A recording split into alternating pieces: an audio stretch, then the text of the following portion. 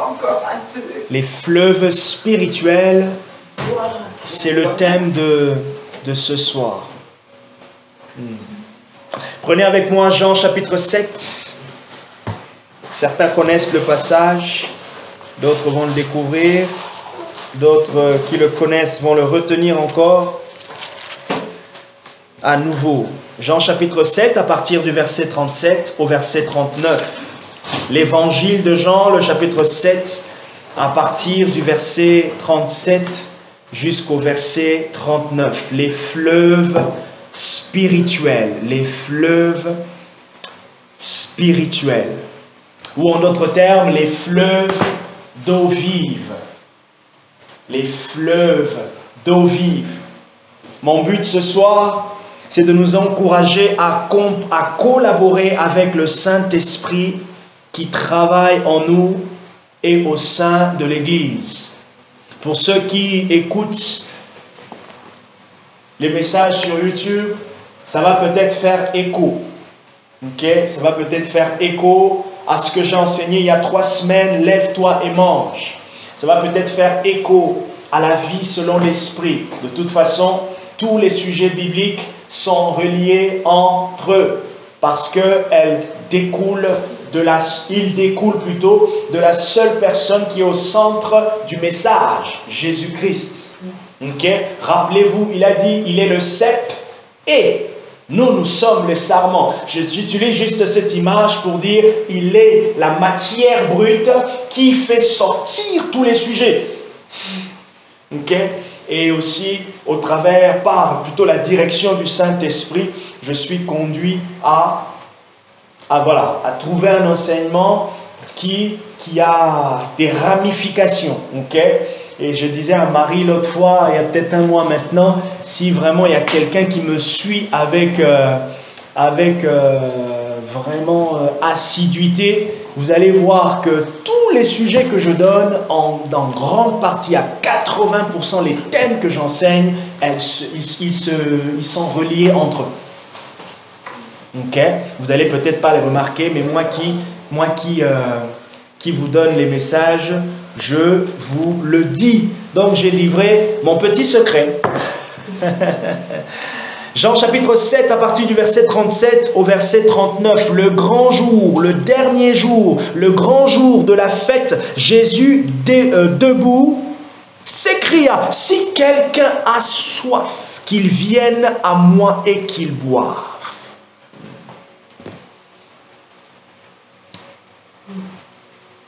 Le dernier jour, le grand jour, aïe, Jésus, le dernier jour, le grand jour, le jour de la fête.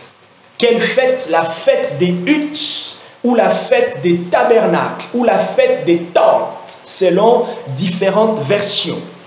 Quelle est l'origine de cette fête? Vous retrouvez l'origine de cette fête dans l'Ancien Testament et je pense c'est dans le livre des Lévitiques ou des Nombres, si je ne me trompe pas en tout cas. Là où Dieu a instauré les fêtes. Là où Dieu a encouragé à ce que le peuple puisse célébrer les fêtes. Okay? Rendre un culte à Dieu est un jour de célébration. Est un jour d'honneur. Voilà pourquoi de la même manière que vous pouvez vous préparer pour un seul jour, qui est le jour le plus beau, en tout cas de votre vie, et là je parle du mariage pour ceux qui vont préparer, d'ailleurs, je tais le nom, hein, il y a quelqu'un qui est parmi nous, qui est dans cette voie-là, elle se prépare à ce jour merveilleux et glorieux. Bon, j'ai dit ça, je ne dis rien, je m'arrête là, sinon elle va dire, ah Jean-Marc, encore, je m'arrête là. D'ailleurs, je n'ai même pas dit je vous ai pas dit le nom, donc à moins que le Saint-Esprit vous souffle son nom. Oh, Barbara, pas de commentaire. Donc il y a certaines personnes qui rigolent sur le net, sur Internet, bref, donc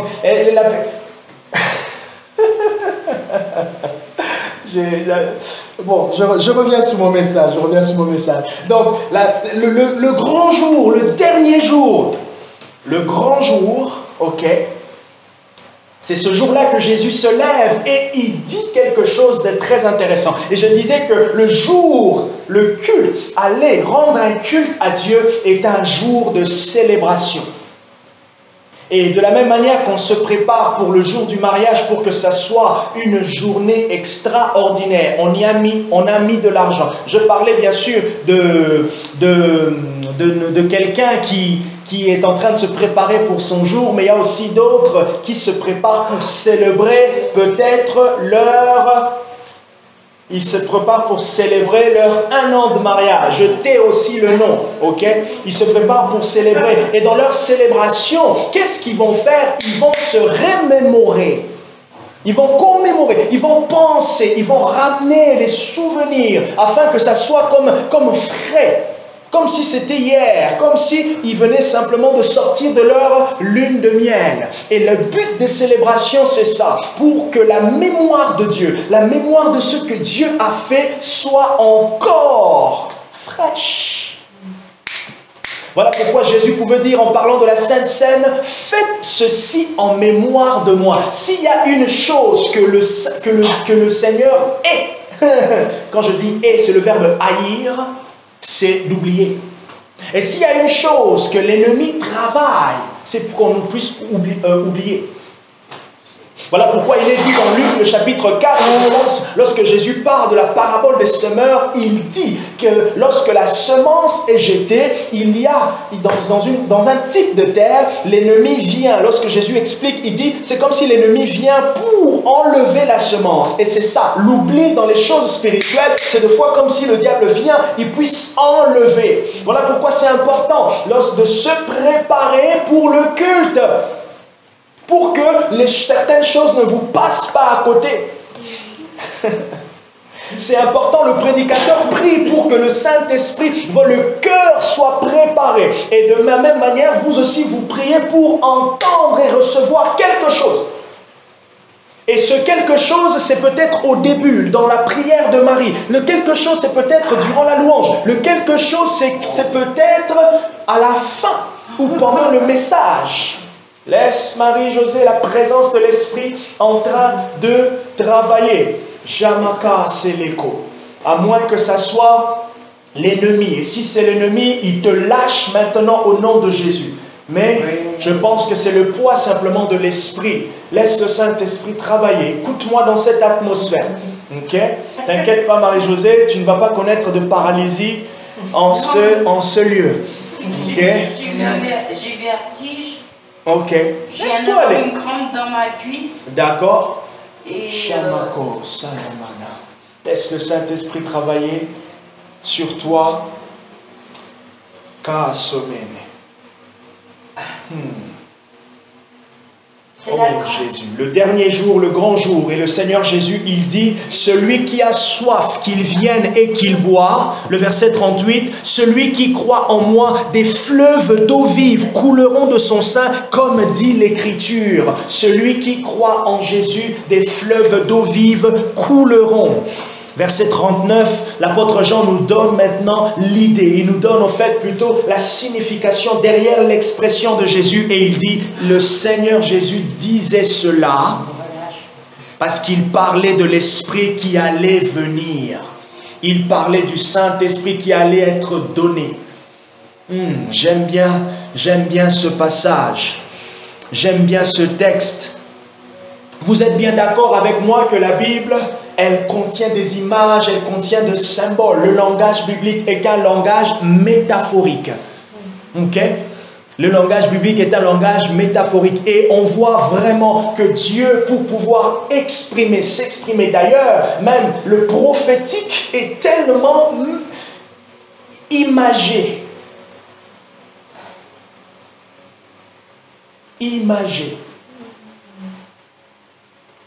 À tel point que des fois ça nous complique, on ne sait pas comment. Qu'est-ce que Dieu veut dire? Déjà même depuis l'Exode, on voit que le Seigneur utilise dans toute la Bible, dans l'Ancien Testament, dans le Nouveau, on voit que le Seigneur utilise les types. On parle des types de Christ. Vous lisez la Bible, vous voyez que Jésus, on parlait de Jésus depuis le commencement, depuis la Genèse. Vous lisez des histoires, des personnages comme Abraham, vous lisez l'histoire d'Isaac, vous lisez l'histoire de Jacob, vous vous rendez compte au fait que derrière ces histoires, Dieu était en train de typifier. Il était en train de donner une image, une illustration. Il y avait quelque chose de caché. Derrière la vie de Joseph, on voit comment Christ a été trahi. Les frères de Joseph, ils représentent les Juifs, ses propres frères qui l'ont trahi. Et l'apôtre Jean, sous l'inspiration du Saint-Esprit, il dit quoi? Que la parole est venue vers les siens, mais les siens ne l'ont pas reçue. Et Marc, qu'est-ce qu'il dit dans le chapitre 6? Que Jésus n'a pas pu faire en cet endroit-là, à Capernaum, beaucoup de miracles. Pourquoi? Parce qu'il était chez lui. Et vous tous, nous avons remarqué que notre plus grande difficulté, c'est d'être un témoin dans notre propre famille. De foi, non pas parce que nous ne le voulons pas, mais parce que ceux qui nous ont connus avant, n'arrivent pas à digérer, n'arrivent pas à voir. C'est comme s'ils ont encore le voile sur notre nouvelle nature. Et effectivement, même les frères de Jésus, ne voyaient pas en Jésus le Messie, mais ils voyaient en Jésus le charpentier. Ils voyaient le Galiléen. Sabalakoye. Et c'est ce qui rendait les choses difficiles pour eux, pour qu'ils puissent croire. Et là, qu'est-ce que Jésus utilise ici? L'évangile de Jean ainsi que l'évangile de Marc, ce sont les deux évangiles qui mettent beaucoup l'emphase sur le ministère du Saint-Esprit. Dans l'évangile de Jean, on voit le ministère, le caractère de l'Esprit. Et dans l'évangile de Luc, on voit la puissance de l'Esprit. Et vous pouvez aussi voir, peut-être même, je peux rajouter l'évangile de Marc. Pourquoi? Parce que Marc est rempli des histoires de miracles, du surnaturel. Il y a 19 récits de miracles dans l'évangile de Marc. Donc 4 parlant de la résurrection, vous en avez après 4, donc ça fait 15. Et puis les autres, vous avez des histoires de guérison et de délivrance. Et d'ailleurs, il y a le passage phare de l'évangile de Marc qui dit « Tous ceux qui l'ont reçu, ils vont chasser les démons. Voici les miracles qui accompagneront ceux qui auront cru en lui. » Et là, Jésus, il commence en disant « Si quelqu'un a soif, qu'il vienne et qu'il boive. » Est-ce qu'il y a quelqu'un qui a soif ce soir? Yes. Est-ce qu'il y a quelqu'un qui a soif ce soir? Ce qui est intéressant dans ce passage, il y a deux choses puissantes. Premièrement, il y a une invitation. Est-ce qu'il y a quelqu'un qui a soif? Jésus se lève le dernier jour de la fête. Les fêtes bibliques duraient à peu près 7 jours. Le 7e jour, c'est le symbole de la perfection. C'est le symbole de la finalité. Et Jésus se lève à la fin. N'avons-nous pas lu que Dieu s'appelle le Oméga, le commencement et la fin. Mais il s'appelle aussi le Dieu du milieu. Emmanuel, Dieu avec nous. Et Jésus se lève le dernier jour, comme pour dire la fin d'une chose vaut mieux que son commencement. Il se lève pour donner la révélation. Comme pour dire, avant que la fête puisse terminer, je veux leur donner le sens même. Et c'est intéressant de remarquer que dans l'évangile de Jean, il y a au moins 4 ou 3 fêtes qui sont soulignées dans l'évangile de Jean. Et à chacune d'elles, Jésus est là et il se lève, il révèle quelque chose de lui. Pourquoi? Parce que les fêtes ne les fêtes parlaient de lui. Les fêtes étaient là pour nous en montrer quelque chose de Dieu. Et c'est de cette manière-là que nous pouvons voir et comprendre l'Ancien Testament qui est simplement le miroir des choses qui devaient venir. C'est pour cela que Jésus devait laisser son empreinte. Et il commence maintenant cette phrase, « Si quelqu'un a soif, qu'il boive. » Regardez avec moi Jean chapitre 4. Samakashaya. Jean chapitre 4 à partir du verset 1. Le Seigneur sut que les pharisiens avaient appris qu'il faisait et baptisait plus de disciples que Jean. Toutefois, Jean ne baptisait pas lui-même, mais c'était ses disciples. Alors, il quitta la Judée et repartit pour la Galilée. Or, il fallait qu'il traverse la Samarie. Il arriva donc dans une ville de Samarie nommée Sichar, près du champ que Jacob avait donné à Joseph son fils. Là se trouvait le puits de Jacob. Jésus, fatigué du voyage, était assis au bord du puits. C'était environ la 6e heure. Qu'est-ce qu'il fait? Il y a une femme de Samarie vint puiser de l'eau. Jésus lui dit, donne-moi à boire. Jésus lui dit, donne-moi à boire, car ses disciples étaient allés à la ville pour acheter des vivres. La femme samaritaine lui dit, comment toi qui es juif me demandes à boire? À moi qui suis une Samaritaine. Les Juifs, en effet, n'ont pas de relation avec les Samaritains. Jésus lui répondit, si tu connaissais le don de Dieu et qui est celui qui te dit, donne-moi à boire, c'est toi qui lui aurais demandé à boire et il t'aurait donné de l'eau vive. Si tu connaissais. J'aime bien ce que Jésus dit ici à cette femme. J'aime bien cette histoire parce qu'elle est drôle, mais en même temps, c'est comme si elle est renversée. Vous commencez d'abord par Jésus qui a soif, et là, on parle de la manière charnelle. Donc, dans son corps, il demande. Mais spirituel, c'est plutôt l'inverse. Vous vous rappelez, je vous ai dit ça. Ok? Et c'est intéressant dans cette histoire de voir en même temps la dimension charnelle, mais en même temps la dimension Shabara Panabasaka Shikande Palira Mosete Ipalere Kinoshote. Guéris maintenant au nom de Jésus. Allez, c'est bon. Sois guéri. C'est dans ma C'est bon. C'est bon. Allez, c'est déclenché. C'est bon. C'est bon. C'est bon. Tu es guéri. Allez, vas-y, tu peux remettre ton pied. Comment là-tu? Tu peux remettre ton pied, c'est bon. Marchez ici. C'est bon. Chaka se procès. Merci Jésus. Ika se les choses samayo c'est là. Eyusha zomrateli saimonte. Chamoso sarifa seiko. Merci. Oh Shayam.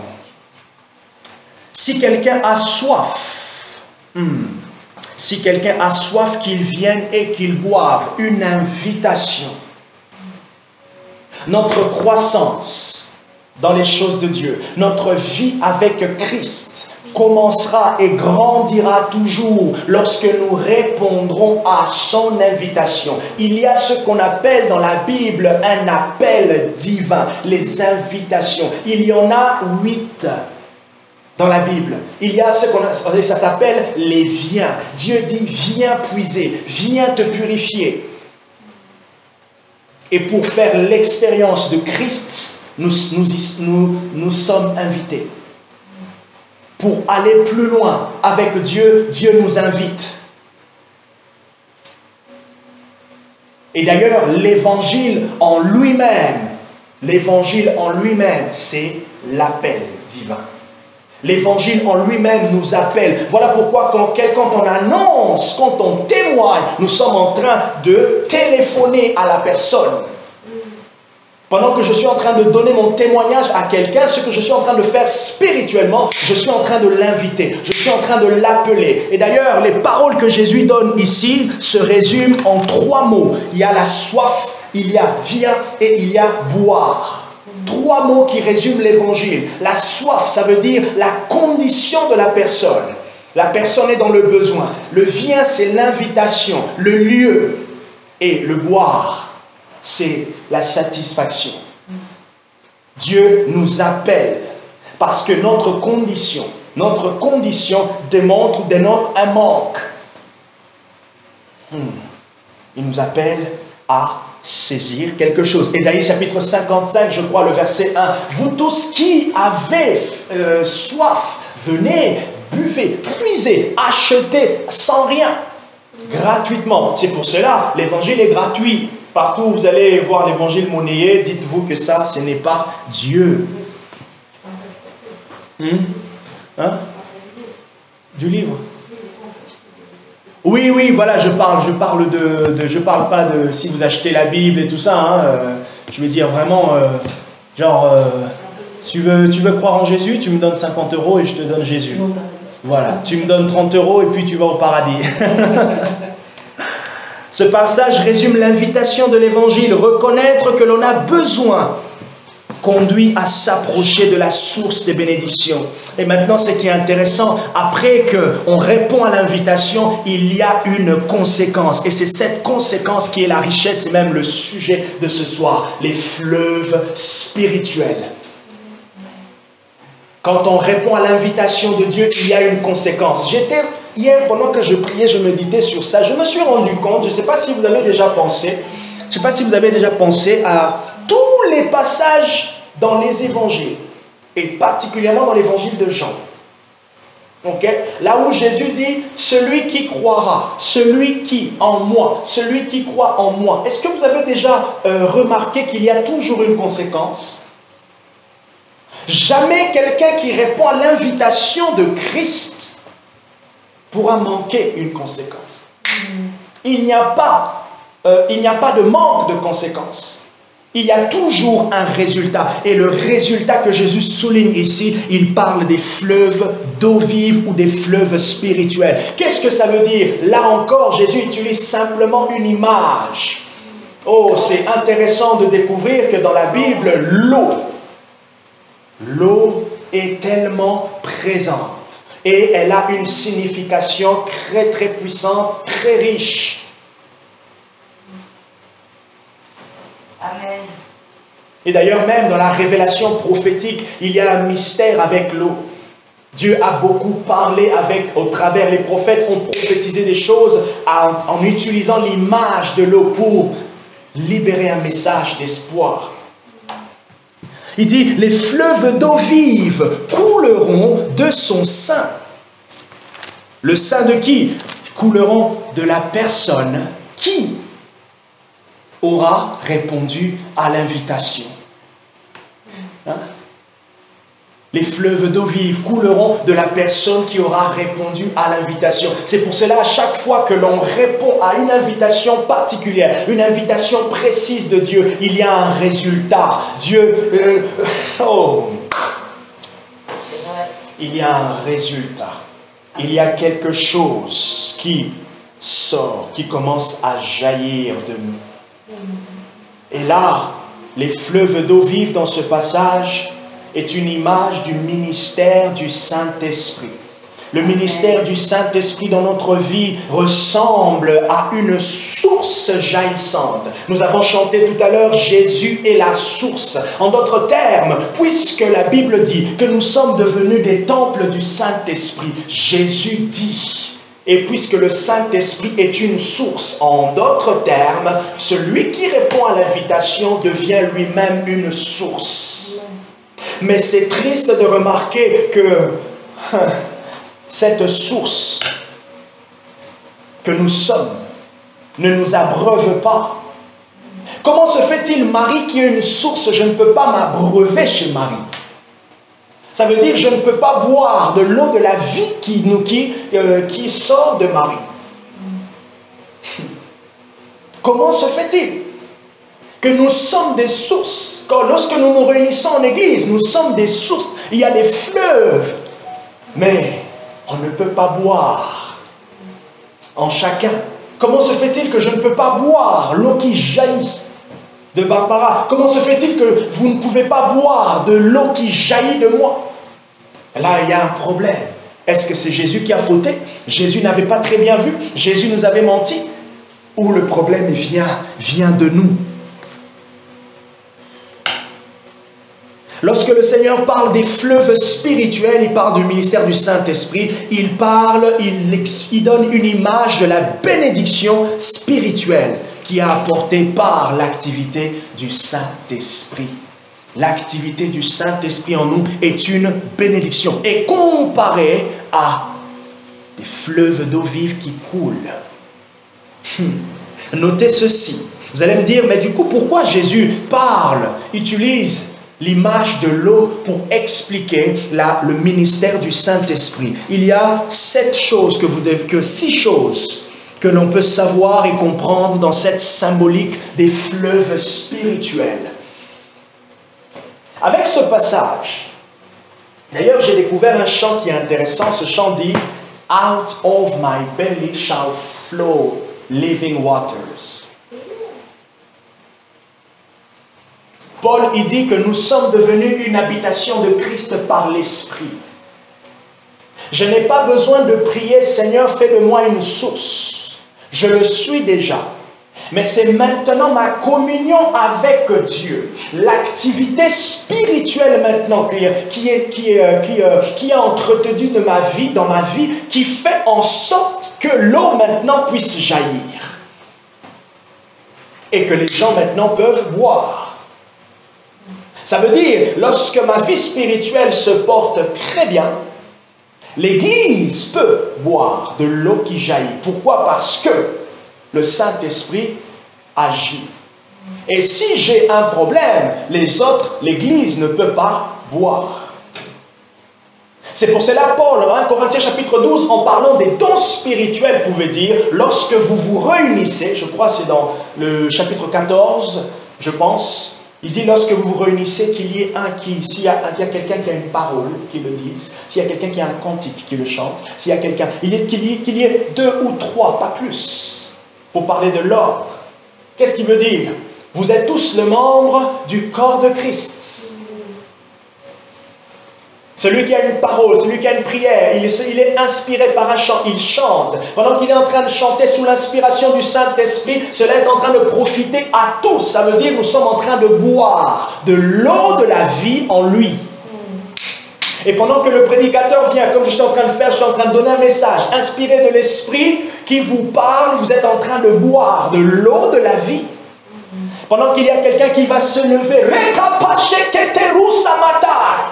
et il y a quelqu'un qui dit, j'ai comme l'impression que le Seigneur veut dire ceci. Il a entendu, interprétation des langues. Nous sommes en train de boire de sources de la vie. Si quelqu'un croit en moi, les sources d'eau vive jailliront. Alors, j'aimerais nous poser la question, quelle est la pression et l'intensité des sources de la vie en nous?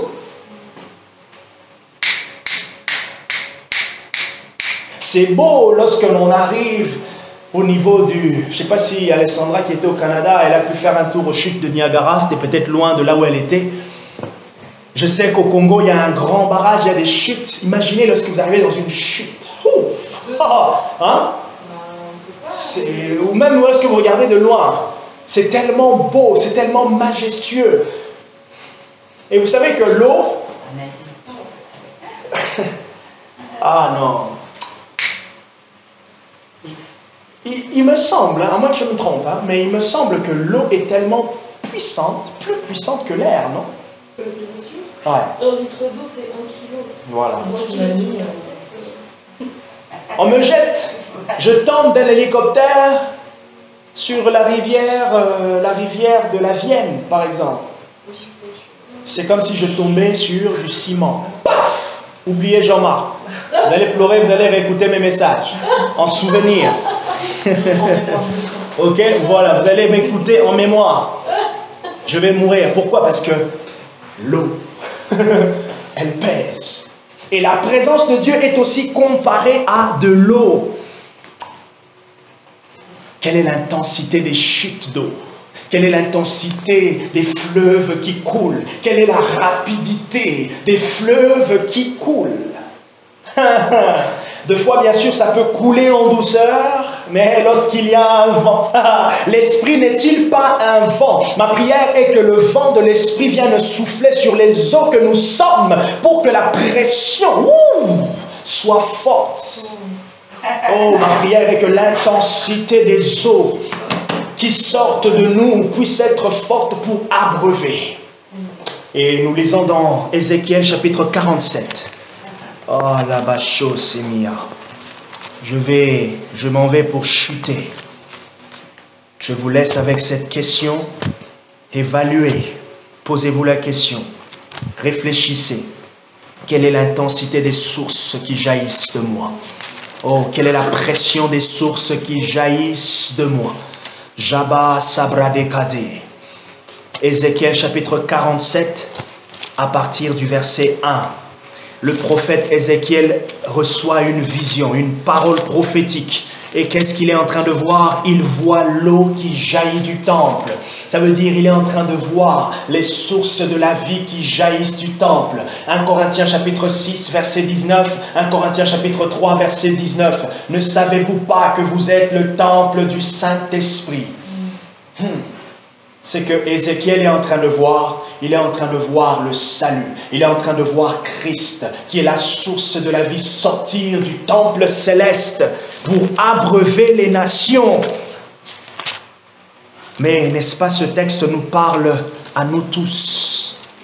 Et ce qui est beau, c'est que cette eau, le prophète était en train de voir que l'eau était en train de monter, jusqu'à être à complètement immergé. Il y avait un débordement. Avez-vous déjà ressenti le débordement de l'esprit dans votre esprit? Êtes-vous déjà senti vraiment débordé à tel point que vous vous sentez ivre? Moi, je veux vous dire, pas encore. En tout cas, de cette manière-là, pas encore. Waouh, je me sens ivre, non. Le débordement de l'onction, de la présence de Dieu, dans ma vie, c'est encore autrement. Alors, j'aimerais que cela augmente. Peut-être c'est encore au niveau de la cheville, c'est peut-être au niveau encore du genou, c'est peut-être au niveau, j'aimerais que ça puisse augmenter. Oh Dieu, je vous lis le texte d'Ézéchiel chapitre 47, je lis du premier verset jusqu'au verset 9. Il me ramena vers l'entrée de la maison et voici que de l'eau sortait sous le seuil de la maison à l'est, car la façade de la maison était à l'est. L'eau descendait sous le côté droit de la maison au sud de l'autre. Il me fit sortir par le chemin du porche nord et il me fit faire le tour par dehors jusqu'à l'extérieur du porche faisant face à l'est. C'est vrai que le langage peut ne pas être très compréhensible. Voici que l'eau coulait du côté droit. Jésus, à la croix, il a été percé à son côté droit, je pense. Et il est dit qu'il y a eu l'eau et le sang qui ont coulé. C'est fou, hein? Petit mystère. Ézéchiel chapitre 47, le verset 3 nous dit « Lorsque l'homme sortit vers l'est, il avait dans la main un cordeau et il mesura 1000 coudées. Il me fit traverser l'eau et j'avais de l'eau jusqu'aux chevilles. » Verset 4, il mesura encore 1000 coudées et me fit traverser de l'eau et j'avais de l'eau au niveau des genoux. Il me fit traverser et j'avais de l'eau au niveau des reins. C'est augmenté encore. Il mesura encore 1000 coudées. C'était un torrent que je ne pouvais traverser car l'eau était si profonde qu'il fallait y nager. C'était un torrent qu'on ne pouvait traverser. Oh, que la présence de Dieu soit dans notre vie. Que la présence de Dieu soit au milieu de nous et au sein de l'Église. D'ailleurs, cette présence est appelée à être au sein de l'Église comme un torrent dans lequel nous tous nous sommes immergés. Amen. Voilà pourquoi Paul pouvait dire « Ne vous enivrez pas de vin » Éphésiens chapitre 5, le verset 18. C'est de la débauche. Mais au contraire, soyez remplis du Saint-Esprit. Ne vous enivrez pas de vin, c'est la débauche. Mais au contraire, soyez remplis du Saint-Esprit. Qu'est-ce qui se passe lorsque je suis rempli de l'Esprit? Paul nous donne l'image. C'est comme lorsqu'on est ivre. On titube spirituel. Titube spirituellement. On sent que ça monte. On sent que ça monte. Et là, le prophète y voit l'eau qui était au niveau de son genou, plutôt au niveau de sa cheville, au niveau du genou, au niveau des reins, et après, 1000 coudées, comme pour dire une mesure spirituelle. Il augmente, il augmente, il augmente. Voilà pourquoi nous disons, Seigneur, exagère encore. Exagère encore, augmente encore plus, afin que nous soyons complètement immergés par les torrents. Jésus utilise la symbolique de l'eau pour parler des bénédictions spirituelles. Les bénédictions spirituelles. ont comme image l'eau. D'ailleurs, il dit les fleuves d'eau vive. Lorsqu'il n'y a pas satisfaction, ça veut dire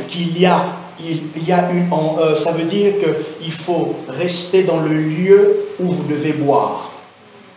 Je répète, lorsqu'il n'y a pas satisfaction. Parce que ce que Jésus veut souligner, bien sûr, il y a un résultat. Il y a un appel, il y a un résultat. Mais en même temps, le résultat implique implicitement, c'est beau, le résultat implique implicitement une satisfaction. Les fleuves d'eau vive couleront de son sein. Es-tu satisfait? Ah, si ta réponse est non, alors Jésus te dit, reste là jusqu'à être satisfait.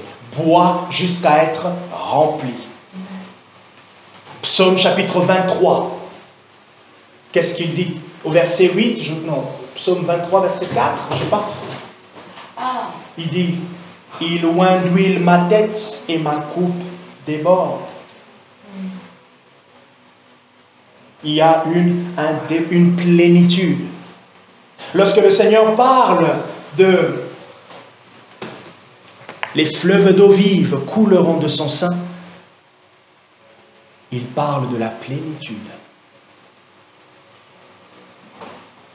L'eau symbolise les bénédictions spirituelles. L'eau symbolise aussi la purification.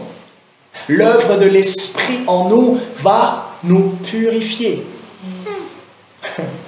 Le Saint-Esprit, il travaille bien sûr, on opère dans la puissance, mais il opère aussi une purification intérieure. C'est pour cela que Jésus pouvait dire, « Il vous est avantageux que je m'en aille. » Il y a un avantage que les disciples ne pouvaient pas appréhender. Alors il fallait qu'ils attendent la croix, l'ascension et l'Esprit qui descend. 3 choses. Il fallait qu'ils attendent la mort, la résurrection et l'ascension pour qu'ils puissent comprendre 10 jours après l'avantage dont Jésus parlait.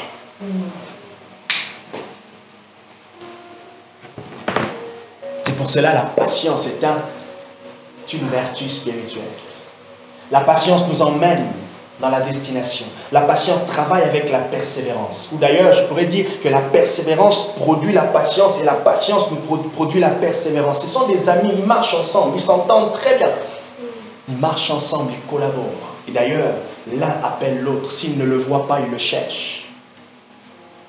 Quand notre poursuite avec le Seigneur ne produit pas ces 2 vertus-là, oh, il y a un problème. Il y a un problème. Ou j'aimerais dire que Dieu va travailler afin que ces choses apparaissent. L'eau est une image de la présence de Dieu. C'est pour cela quand vous voyez le fois de l'eau dans vos visions, vous avez des éléments de compréhension ici. Marie-Josée voit beaucoup de cascades d'eau, symbole de la présence de Dieu. Symbole, et souvent quand vous voyez la présence de Dieu est tellement forte, l'image de l'eau qu'on voit, c'est des flots. Et d'ailleurs, il est dit, je crois, dans Psaume 32, verset 8, un flot appelle un autre flot. J'aime ce passage qui dit, tes vagues tombent sur moi. Tes vagues tombent sur moi. L'eau comme l'image de la présence de Dieu dans la vie d'un chrétien. L'eau comme, quatrièmement, l'eau comme le symbole de la transformation, du changement. Voilà pourquoi on a l'image du baptême. Matthieu chapitre 3, le verset 11. Jean, il dit quoi? Moi, je vous baptise d'eau. Et d'ailleurs, qu'est-ce que Paul dit? Je crois dans Romains chapitre 6, Paul nous identifie à la mort de Christ. Et il dit que nous sommes baptisés avec lui. Dans Colossiens, je pense aussi, le chapitre 2, je pense le verset 13, 12 ou 13 ou 14. Il dit, enseveli avec lui dans sa mort. Enseveli avec lui dans sa mort. Nous ressuscitons avec lui. Et le baptême d'eau, qui parle de la repentance, nous introduit dans cette transformation, la transformation du cœur, le changement du cœur. L'eau comme le symbole du jugement aussi. L'eau, un symbole du jugement. Genèse chapitre 6, verset 5 ou verset 8.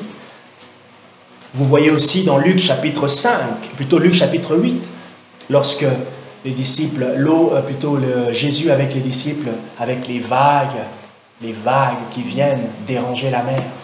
Lorsque Dieu a jugé, vous avez l'histoire du déluge.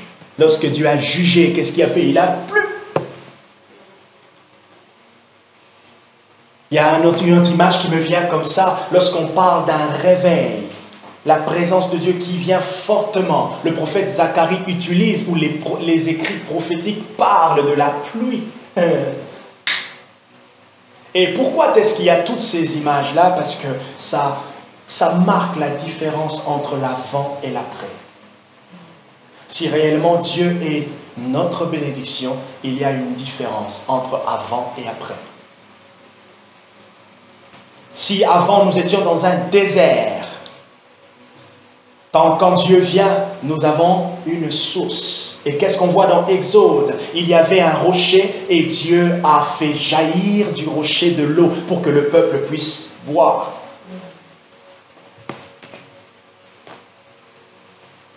L'eau est un symbole aussi de la vie, mais aussi de la mort. De la mort par le baptême, la bonne mort. La mort de l'ancienne vie, la mort des choses passées, mais aussi l'eau comme symbole de la vie qui coule en nous, la vie de Dieu, la Zoé, les fleuves spirituels. Que ces fleuves puissent couler au milieu de nous afin que plusieurs viennent s'abreuver, plusieurs viennent boire. Ils viennent trouver satisfaction. Alors ces fleuves spirituels couleront lorsque tout un chacun pourra enlever les barrières. C'est fou comment, en préparant ce message, je sentais comme le dis à Barbara, le blocage des flots. J'avais du mal à écrire. L'inspiration ne venait pas. La construction était tellement loin. Le temps de prière était lourd. Je dis, oh, c'est tellement prophétique ce message ou quoi? Et j'ai pensé à nous tous, comment parfois on a du mal à ce que la vie abondante puisse couler. Pourquoi? Parce qu'il y a tellement des blocages, il y a tellement des barrières, les barrières de la vie, les soucis de la vie, les soucis de ceci, les péchés, beaucoup de choses qui empêchent que l'eau puisse couler. Que les flots soient naturels, que ça puisse jaillir. Si vous allez dans votre douche, vous ouvrez votre robinet, vous voyez que la pression elle est au maximum, mais le débit est faible, directement vous constatez qu'il y a un problème. Comment se fait-il? Comment ne pas remarquer aussi que je me sens bien, physiquement, et peut-être même spirituellement, mais j'ai l'impression qu'il n'y a pas de débit. On dirait que je ne reçois pas de Dieu. Non. À moins que Dieu te dise, t'inquiète, je suis là, je te donnerai un moment. Les fleuves spirituels. Que ces fleuves puissent couler au milieu de nous. Que ces fleuves puissent couler au milieu de nous. Que les fleuves de l'esprit, les fleuves d'eau vive puissent couler en chacun de nous. Que les barrières soient ôtées, les barrières de la peur, les barrières de l'ignorance, les barrières du manque de foi. Éphésiens chapitre 4, verset 30 à verset 32, Paul il dit « N'attristez pas le Saint-Esprit ». Parce que lorsqu'il est attristé, les flots sont, le débit sera peut-être réduit. Alors je nous encourage à activer. Je nous encourage à activer les flots spirituels. Je nous encourage à activer les flots spirituels parce que nous sommes en Jésus. Si, puisque nous croyons au Fils de Dieu, donc de ce fait, directement, les flots doivent couler. Alors, Laissons les flots couler. Le flot de la présence de Dieu. Les flots des paroles de vie. Les flots des paroles de vie. Parmi les choses qui activent, qui titillent, qui amènent du vent pour créer de l'intensité et du débit. Pour les fleuves spirituels, il y a le parler en langue. En d'autres termes, lorsqu'on se tient dans la présence de Dieu, on doit se tenir longtemps jusqu'à ce que je sente que le débit est puissant. Que la présence de Dieu produise quelque chose en moi longtemps.